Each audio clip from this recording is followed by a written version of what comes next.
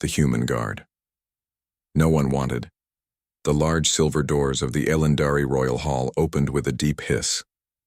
Captain Jaron Blake stepped inside, his boots clicking against the shining black floor. All around him, tall alien warriors stared. Their armor glowed softly, their eyes cold and full of doubt. "A human?" one of them whispered with a smirk. "Is this a joke?" Jaron said nothing. His orders were clear.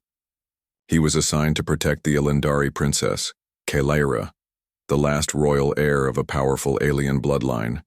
Many had tried to kill her already. Earth and Elendar had signed a fragile peace. Sending a human protector was meant to be a gesture of trust.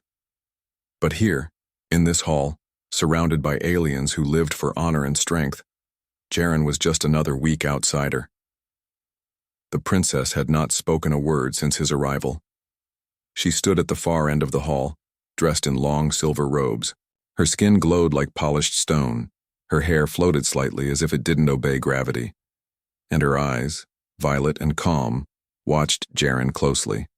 Not angry, not afraid. Just quiet. Jaron lowered his head slightly.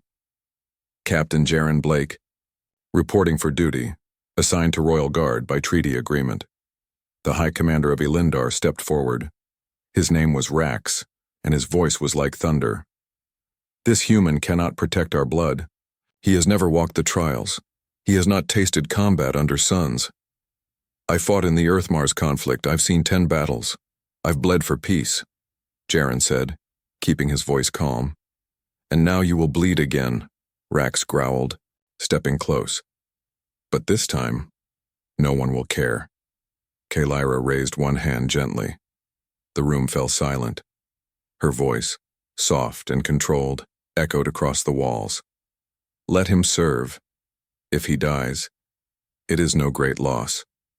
If he lives, then perhaps fate has a reason." Everyone stared. Jaron bowed. "I won't fail, Your Highness." She said nothing more. She simply turned and walked away. That night, Jaron was given a corner near the royal garden to sleep. No bed, no quarters. Just a blanket and a blaster. He didn't mind. He was used to cold ground and worse company. But he didn't sleep. He studied the walls, the movements of the guards, the night patrols. Everything about this palace was sharp and silent, like a blade waiting to strike. At exactly 2 hours past midnight, he heard something strange. A clicking sound, soft and fast. He grabbed his blaster and moved toward the princess's wing. The halls were empty, lights dimmed. The sound grew louder, then he saw it, a mechanical bug crawling across the ceiling.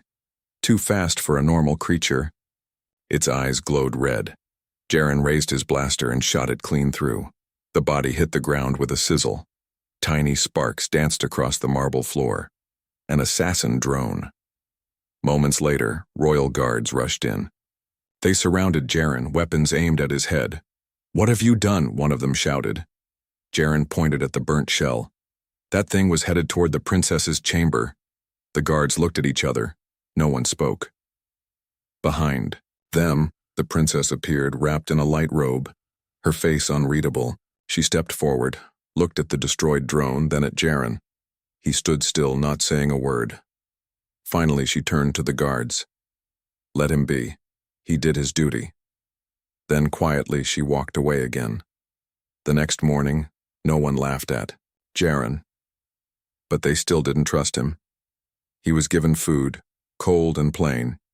He was allowed to walk near the palace walls, but never inside. And still the princess said little, but her eyes followed him more often. Late one evening, as Jaron stood guard by the eastern gate, he heard a voice. Not from a person. From a small device hidden near the stone arch. It whispered in broken English. "The next strike won't miss, human, and when she dies, might so do you." Jaron clenched his fists. Someone wanted her dead. And now, they wanted him dead too. The alien princess who would not speak. The palace was silent, but not peaceful. Alien moons drifted across the sky, casting strange shadows over the silver towers of Elendar. Captain Jaron Blake stood on the eastern balcony, watching the stars like a man waiting for a war that hadn't yet started. He hadn't slept in 3 nights. The voice from the hidden device still echoed in his mind. The next strike won't miss, human, and when she dies, so do you. Jaron had reported it to the High Commander, but they had only shrugged. Probably a prank, they said. She receives threats every day.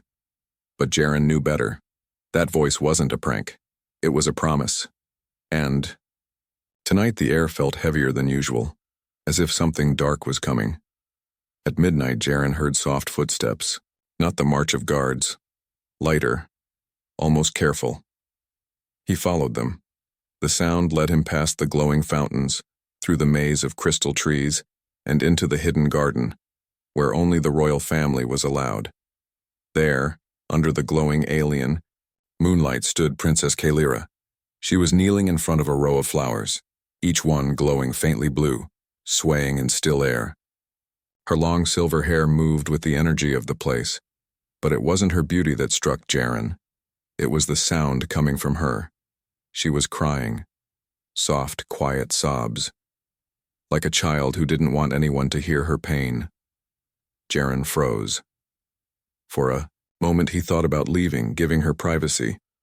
But then she spoke, not to him, to the flowers. "I'm sorry, brother," she whispered. "I don't know who to trust anymore." Her voice was shaking, full of grief. "I didn't want to be queen, I only wanted peace." Jaron took a step forward, his boots making a soft crunch on the crystal grass. Kalira turned slowly. Her eyes were wet, but her face was calm again. "You heard me," she said. Her voice was no longer soft, it was firm, royal, controlled. "I wasn't trying to," Jaron said honestly. "But I did." "You humans," she said, standing up. "You speak so loudly, you walk like thunder, and yet you listen like ghosts." "I've lost people too," Jaron said gently. "In war, in betrayal. I know that pain." She didn't reply, but she didn't walk away either. The next morning, the palace buzzed with new energy. Another threat had come in. This time, not a message, a gift. It was left at the gates, wrapped in silver silk. Inside, a human skull. Burned, cracked, a message carved across the top. One human dies. The royal dies next. The guards were furious. The High Council ordered tighter patrols. But something in Jaron shifted.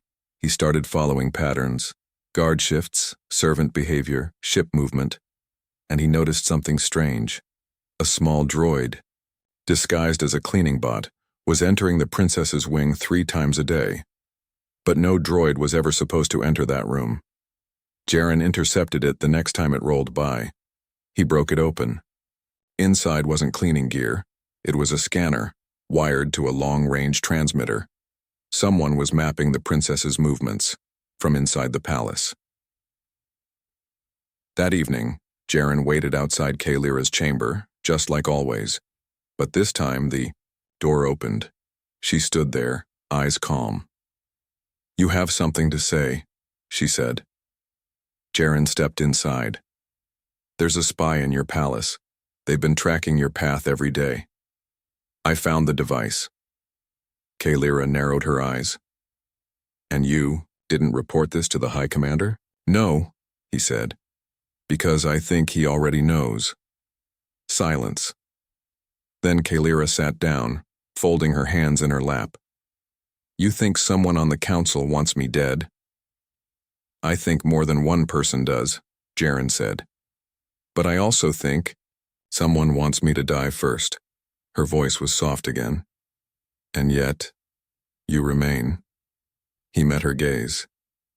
"I was assigned to protect you, not give up when things get hard." For the first time, a small smile touched her lips.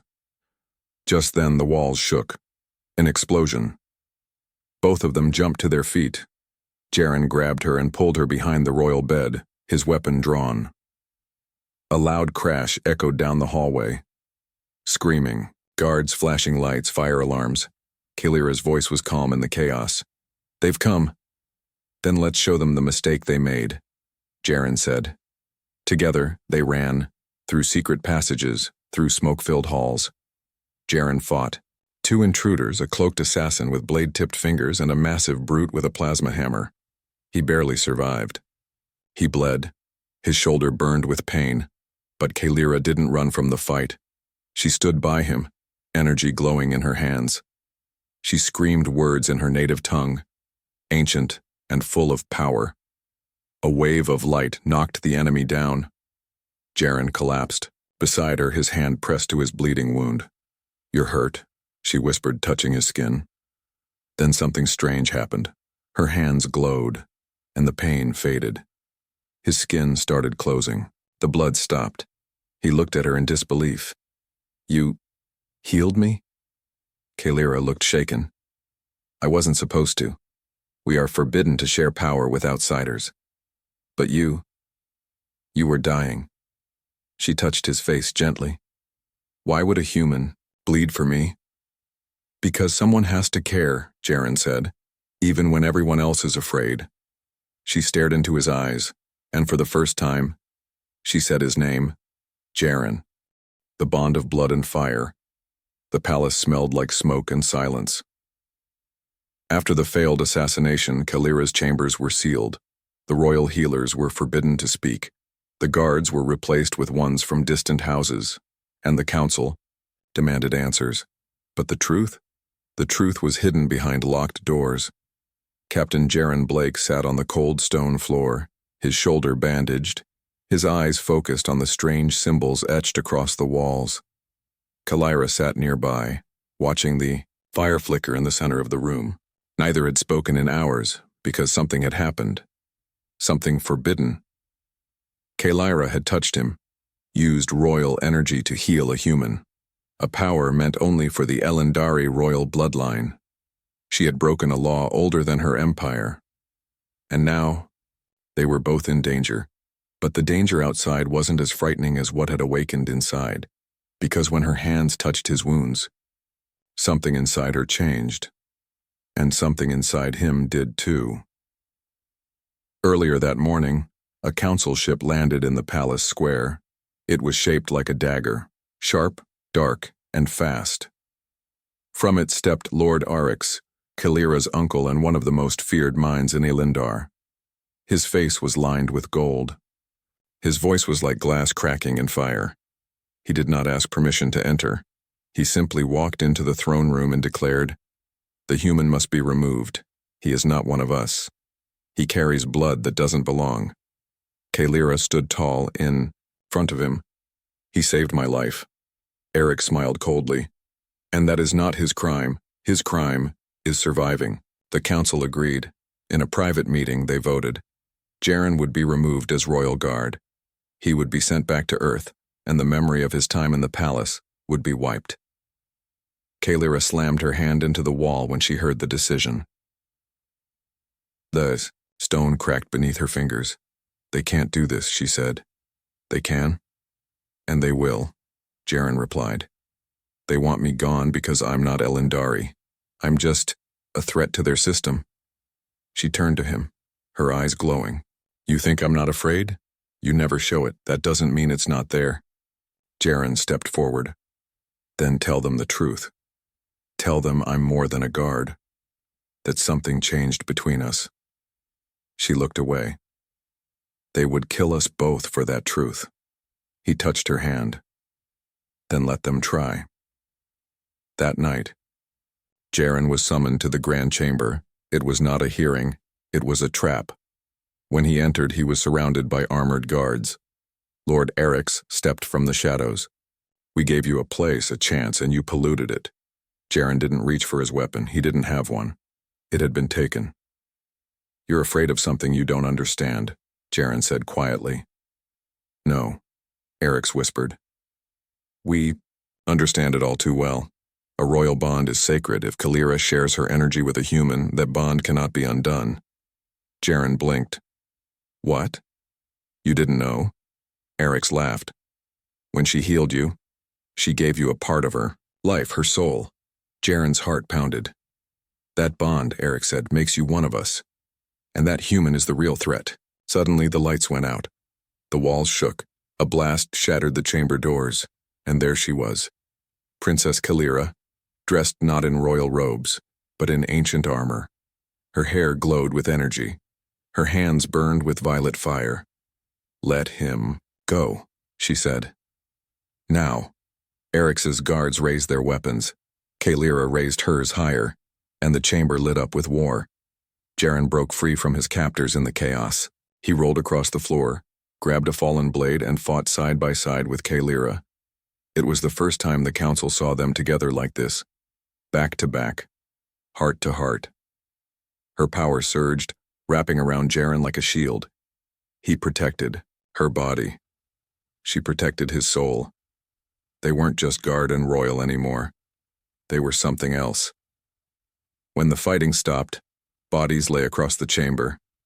Smoke filled the air. And Kalira stood over Lord Eric's, her blade to his throat. "You speak of law," she said, breathing hard. "But law without heart is weakness."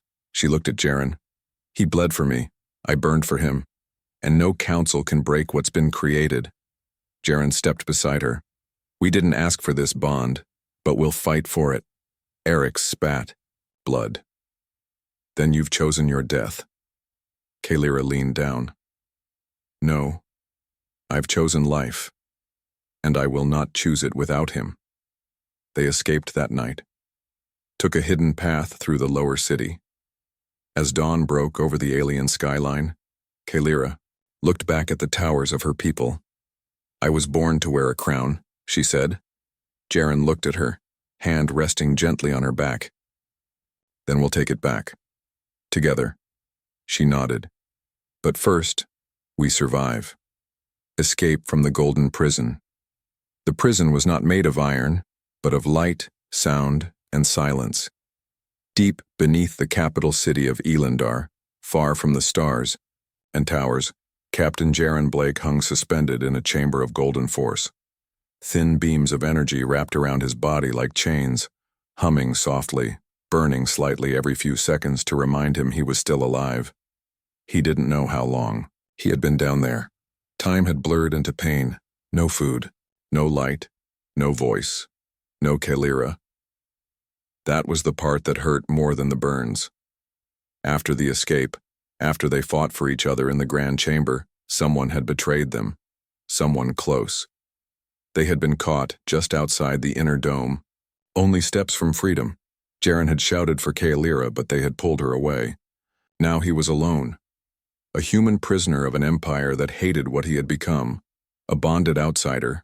Above him, inside a sealed high-level chamber, Kalira stood before the council once again, this time in chains of crystal that suppressed her power.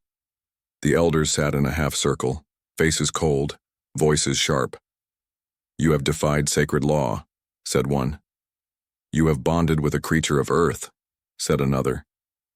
Kalira raised her chin. "I did not choose the bond.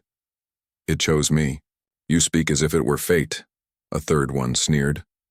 "Maybe it is," she said calmly. The elder slammed a rod down. "Then let fate watch you die." She said nothing, because she knew one thing. They hadn't killed Jaren. Not yet. Which meant she still had a chance. That night under the silent city, Jaren was awakened by a strange sound, a whisper. At first he thought it was a dream, then he saw it.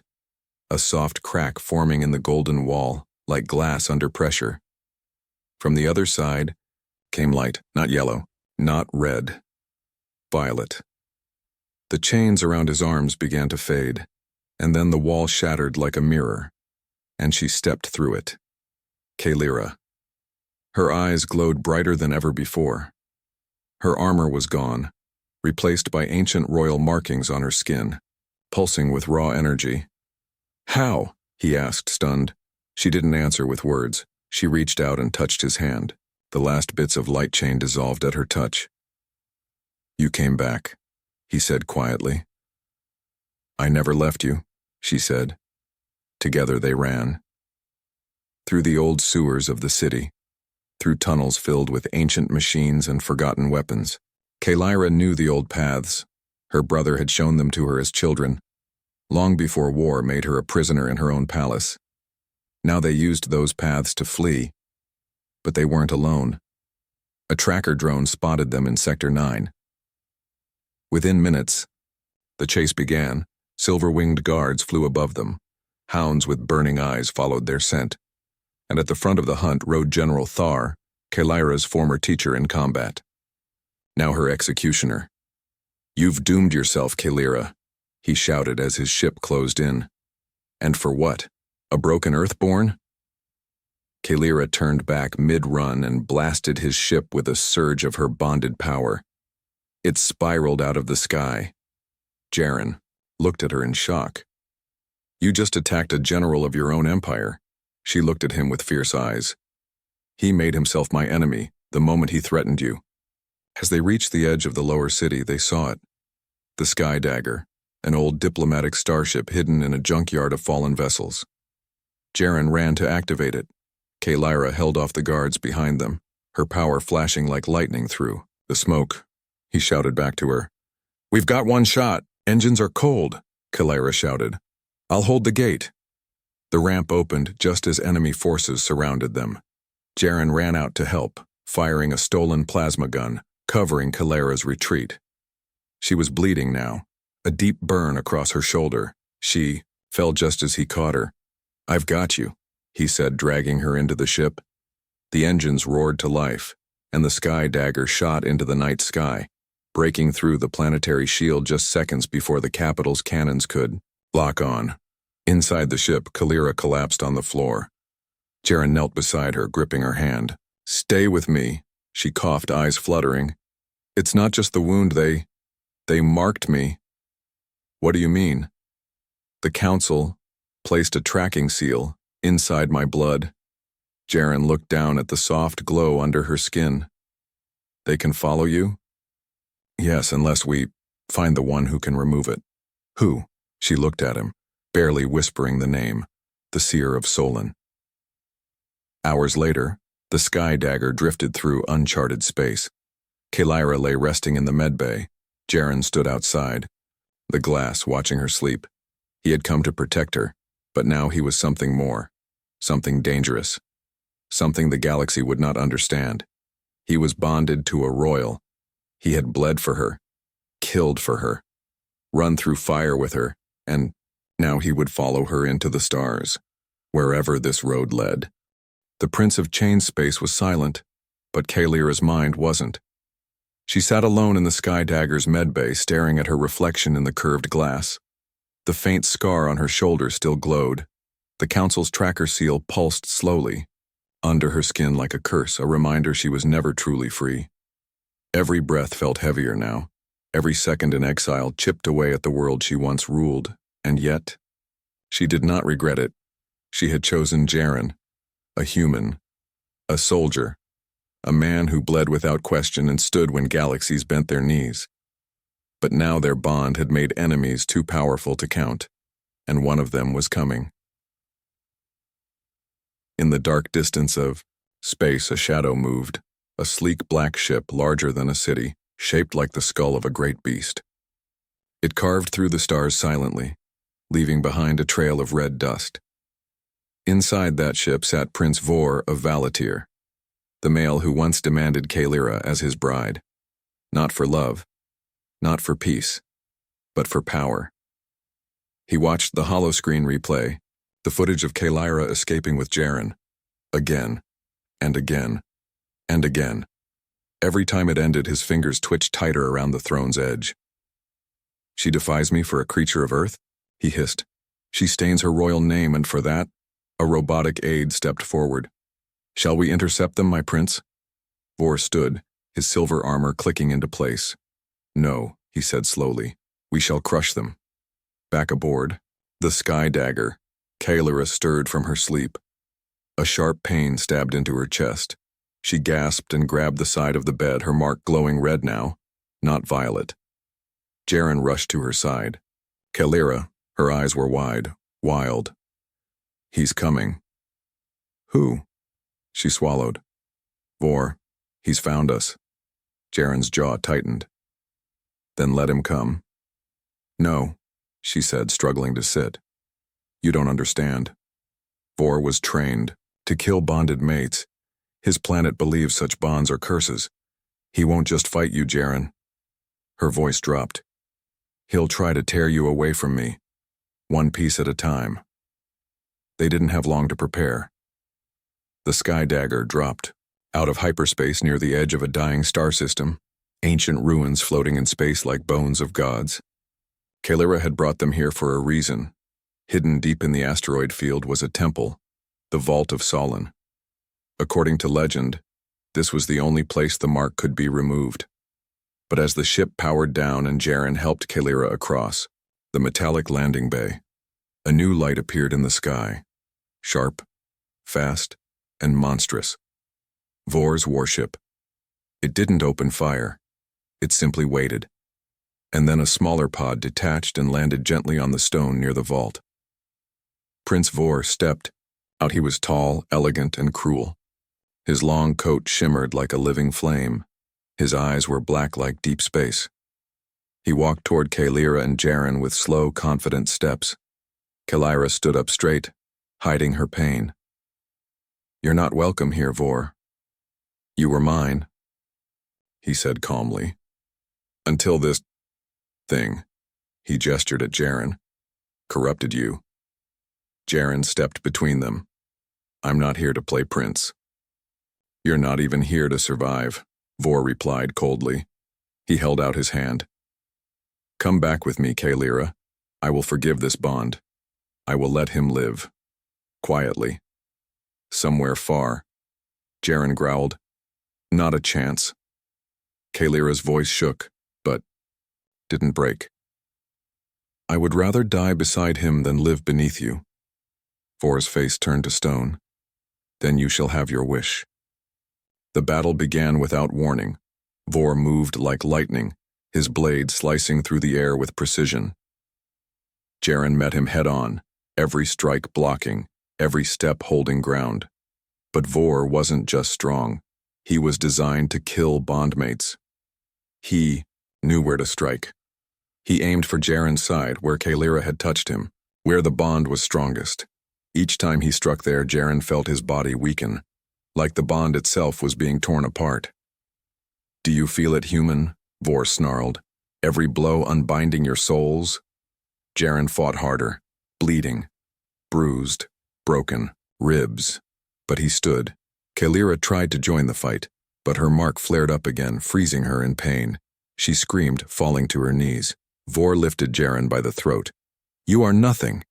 But Jaren, choking, gasped out one word. Wrong. With the last of his strength, he drove a hidden blade into Vor's side. The prince dropped him. Kalira, still crawling, reached out her hand, her power flaring. Their bond surged. For the first time, it wasn't just healing Jaren. It attacked. Violet wave exploded from them both, sending Vor flying into the stone wall. As smoke filled the ancient vault, Kalira crawled to Jaren's side. He was breathing, but barely, his body broken, his eyes fading. Tears rolled down her cheeks. She whispered ancient words, placing her hands over his heart. I choose you. In fire, in blood, in bond. Her mark blazed white. Jaren's eyes opened, and the bond completed, not as forbidden, not as cursed, but as sacred. Vor lay unconscious, beaten. His guards retreated, fearing the new power. As they stood together, hands intertwined, the vault doors finally opened. The seer of Solon emerged, an old alien with skin like crystal and eyes like stars. You survived the trial of chains, she said. Now, you may remove the mark. Kalira looked at Jaren, and for the first time in her life, she smiled without fear. The choice that shook a galaxy. The fires of rebellion had already begun to burn. From the border moons to the ice cities of Talerva, whispers of Kalira's escape spread like lightning across the Elendari Empire. Every broadcast, every intercepted signal repeated the same forbidden story. The princess had bonded with a human and lived. But inside the heart of the empire, the truth was more dangerous than the rumor, because now she was coming back, the Sky Dagger floated silently just outside Alinder Prime's defense grid, hidden behind a cluster of dead satellites and asteroid dust. Kalira stood at the observation deck, her hands pressed to the glass. Below her, the shining capital of her people looked smaller than she remembered, but colder too. The towers gleamed like swords, the domes pulsed with security fields. And somewhere down there, the High Council waited to brand her a traitor. Behind her, Jaren Blake adjusted the final lock on his newly forged battle armor. The scars from the fight with Prince Vor were still fresh, but so was something deeper, a connection he could feel like a heartbeat not his own, echoing in his chest. Kalira turned to face him. "We don't have much time." "Do they know we're coming?" he asked. "They will," she said. "And they'll be afraid." They entered the city under cloaked passage, using a forgotten diplomatic tunnel beneath the western seawall, one only Kalira and her brother had ever used. The water above roared like thunder, and every step forward brought them closer to the heart of the Empire. But Kalira wasn't just returning for justice. She was returning to take the crown, not for power, but for survival. Because the Council had already begun talks with a replacement heir, a distant cousin with no bond, no honor, and no love for peace. His first act would be to declare the bond illegal again. That meant Jaren would be hunted for life. And Kalira, erased from memory. Their first stop was the Flame Temple, a sacred monument once used only by the royal family. Now it was surrounded by rebels. Hundreds of Ilindari stood outside holding banners not of war, but of hope.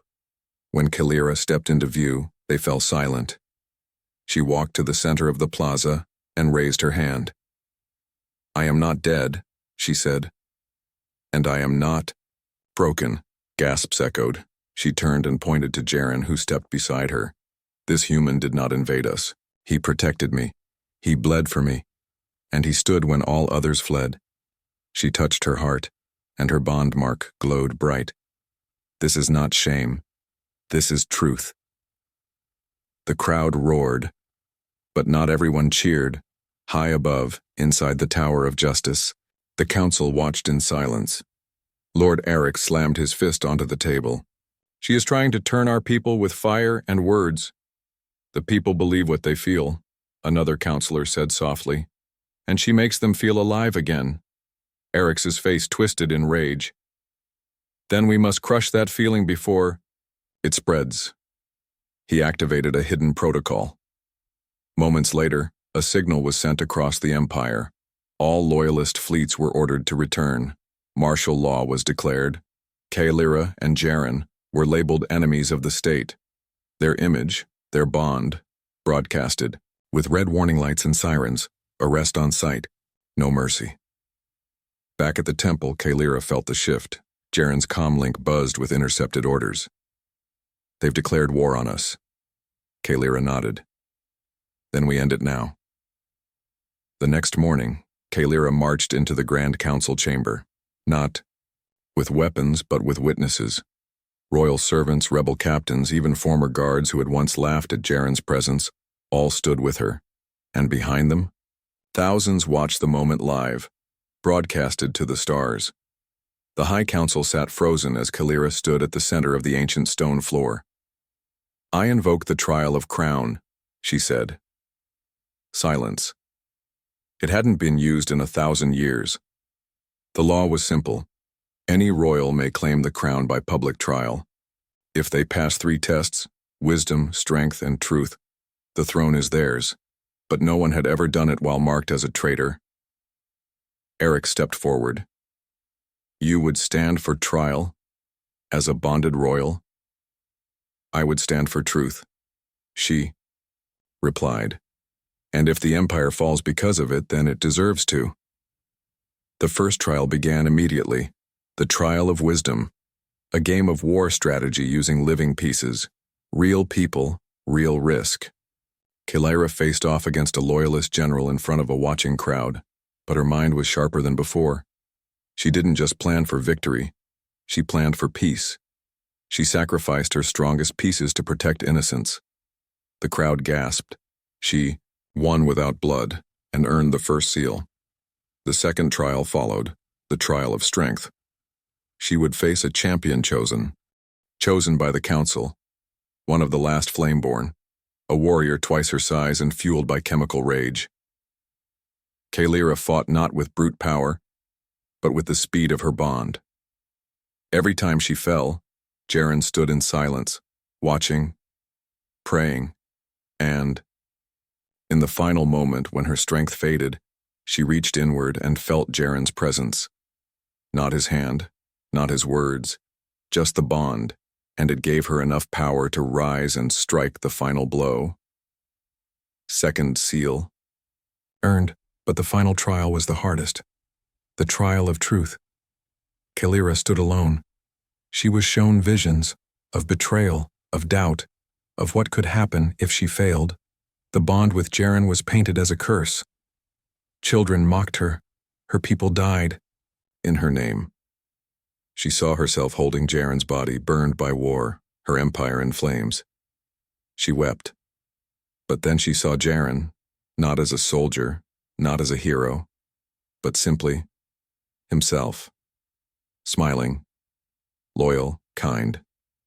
She spoke the words, "Even if the stars burn, I will never trade truth for comfort." The final seal lit up. Outside the chamber, the bells rang. Kalira had passed, and with that the council had no choice. She was now High Queen of Elendar. Her first order: all laws against human royal bonding are to be removed. Her second: anyone who raises a weapon against peace will answer to both of us. She reached for Jaren's hand. Together they stepped onto the balcony, facing billions watching across the galaxy. Kalira raised their hands into the light. "This is our empire," she said, "and it begins today." She defied everything. The new Queen of Elendar stood before her people, bathed in golden starlight. The city below her pulsed with celebration. Bells rang. Lights danced through the air. For the first time in decades, the capital felt alive, not because of war, but because of something far more dangerous: hope. Kalira wore armor woven with history, symbols of past rulers etched into the metal, glowing gently. But she wasn't like the others. She didn't rule from fear or bloodline. She ruled because she chose to fight, and she chose Jaren. Beside her, the human soldier who had once been laughed out of the palace now stood with quiet strength. Not as her guard, but as her equal. Yet even as the people cheered far above the planet, the last storm began to gather. A dark ship emerged from the shadows of the fourth moon, larger than any warship seen in a generation. The Oblivion Throne. Its arrival wasn't announced. It simply appeared, silent and monstrous. Inside it sat the true enemy behind everything. Elder Kairos, the Shadow Elder, thought to be dead for decades. He had once led the Elendari Empire into its age of dominance. He had vanished after Kalira's father's death, exiled by her mother for crimes never spoken aloud. But now, he had returned, and he had not come for peace. Inside the palace command hall, Kalira watched the incoming feed from orbit. The Oblivion Throne blocked the stars, its cannons glowing red. "He's not here for negotiation," Jaren said quietly. Kalira nodded. "No, he's here for war." A message came through, a single line spoken in the old language. "Give up the human, and the throne is yours." The room went silent. Generals turned to Kalira, waiting. Advisors whispered. Even her most loyal guards looked uncertain, but Kalira didn't flinch. She looked at Jaren, then she spoke one sentence. "Tell Kairos, the throne means nothing without him." Minutes later, the sky over Elendar burned. The Oblivion Throne launched a full assault. Orbital fire rained down across defense towers. The royal shields held, but barely. Entire sectors of the city lost power.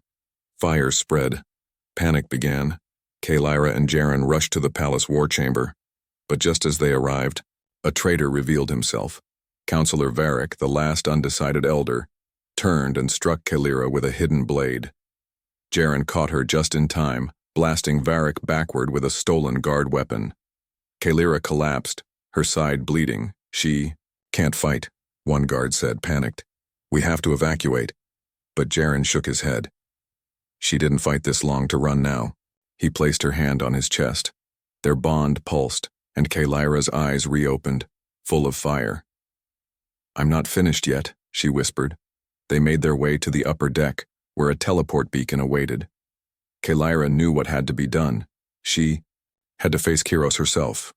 No fleets, no armies, just her and Jaren.